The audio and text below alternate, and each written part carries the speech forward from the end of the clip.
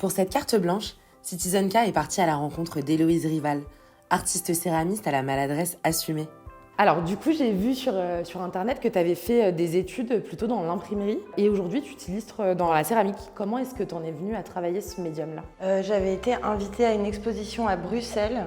Je venais d'accoucher et je voulais travailler la question du cadre. Donc j'avais fait une série de cadres en peinture, en céramique, en sérigraphie. Et en fait, ça a été les premières céramiques et j'ai plus jamais arrêté d'en faire. Okay. Ça a été une révélation, une espèce d'infinité dans cette pratique. Et pourquoi, justement, dans cette révélation ? C'est compliqué à expliquer. Il y a une espèce de magie addictive parce qu'on a toujours la surprise de rencontrer l'œuvre quand on la sort du four. On pose des couleurs qui sont pas les mêmes qu'avant et après la cuisson. C'est assez satisfaisant. Et j'ai du mal à expliquer pourquoi dans la céramique j'ai une inspiration infinie et des idées infinies. Justement par rapport à tes inspirations, moi j'en vois plusieurs en regardant juste ton travail comme ça.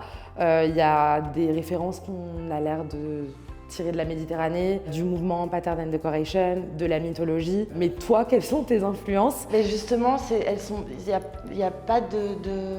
sont pas autoritaires, c'est-à-dire qu'il n'y a pas de... C'est une accumulation dans les visuels, mais même du quotidien ou même de motifs de mon papier peint ou de ma maison de campagne. Il n'y a pas une référence, mais le rendu, parce que la céramique c'est le sud, parce que c'est le Mexique aussi, et que ça a été abordé depuis toujours en fait. Donc ça fait référence à ça, mais en fait il n'y a pas une référence. Et justement au quotidien, là tu parlais du papier peint chez toi ou quoi, est-ce qu'il y a des choses qui t'inspirent plus que d'autres, je sais pas, des paysages, des artistes ? Quand je crée une pièce, la référence c'est souvent plutôt interne, c'est souvent des expressions, un peu une urgence expressive, de vouloir exprimer un état ou une étape, un truc plus intérieur en fait.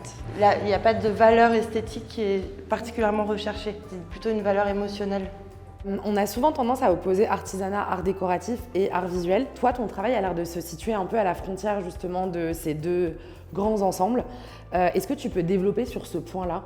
Je suis fascinée par l'artisanat justement et un jour j'avais vu un documentaire sur les gars qui reconstituent le château de Chambord, toutes ces techniques anciennes de plâtre, de techniques de sculpture et je trouve ça fascinant et j'aime assumer ce côté artisanat et cette valeur esthétique que j'assume aussi.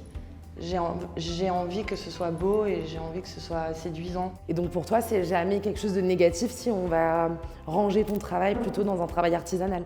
Non, pas du tout. Mais d'ailleurs, il s'intègre dans la décoration d'intérieur, dans l'architecture. Ça met l'œuvre d'art à un niveau aussi plus commun, plus accessible, plus quotidien en fait. Est-ce que tu peux me parler de ton processus de travail ?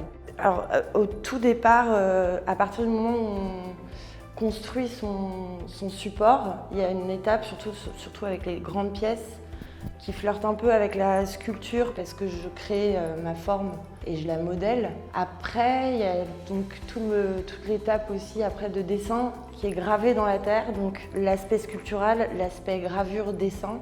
Et après, la dernière étape qui est la peinture, recherche de couleurs et de composition de peinture. Et donc en fait, ça flirte avec un peu toutes ces techniques-là, quoi. Et justement, quand on voit souvent des travaux de céramique, comme tu disais tout à l'heure, avant séchage, on voit des couleurs qui sont un peu pastel et après le séchage, elles sont très vives. Toi, pourtant, elles restent assez douces. Comment est-ce que tu arrives à avoir ces couleurs ? Ouais, en fait, ça c'est une recherche parce qu'il y a plein d'émaux différents et en fait, ça c'est des recherches de couleurs, de trouver la justesse entre le mat, le brillant et utiliser la terre comme une couleur. Et en fait, la terre devient un fond et une couleur et une texture en soi. Et c'est vrai que la céramique, si c'est que de l'émail brillant, ça peut être un peu vite écœurant. Donc trouver une espèce de justesse. Est-ce que tu peux me parler de ton goût pour l'imparfait ? Alors la maladresse, pour moi, c'est l'endroit où on rencontre l'artiste. C'est l'endroit où il est foireux, mais comme dans la vie d'ailleurs. On rencontre quelqu'un quand il devient maladroit, quoi. Et c'est quelque chose que je sais pas pourquoi j'ai assumé dans la céramique, de la maladresse de mon dessin, d'ailleurs de ma technicité qui n'est pas encore au point, qui l'a jamais vraiment été, mais qui m'a permis de faire des trucs qu'on ne fait pas trop. Donc c'est en assumant ça que j'arrive à exploiter et créer à l'infini. Est-ce que tu peux me parler de ce solo show-là et notamment de cette frise? Alors cette frise, je voulais pas faire d'œuvre isolée. Je voulais que chaque élément, chaque dénouement ou fin de l'œuvre en amène un autre. On peut mélanger toutes les pièces, toutes les mélanger, elles seront toujours liées entre elles. Et c'est un peu aussi une espèce de métaphore de la vie, c'est-à-dire que chaque dénouement, chaque fin en amène forcément une autre et peut être souvent l'engrais pour faire fleurir des fleurs merveilleuses. Et donc c'était un peu cette idée-là de cycle et que rien ne s'arrête jamais, vraiment. Peut-être qu'on va se réincarner en écureuil, en caillou. Voilà. Alors le titre de l'exposition c'est Garde-fou, fou de grâce, donc par rapport au titre des œuvres qui se lient aussi tous entre eux. L'ouverture de l'exposition c'est le 30 janvier et c'est dans la galerie Prima qui vient d'ouvrir, de Sébastien et Laetitia qui sont adorables.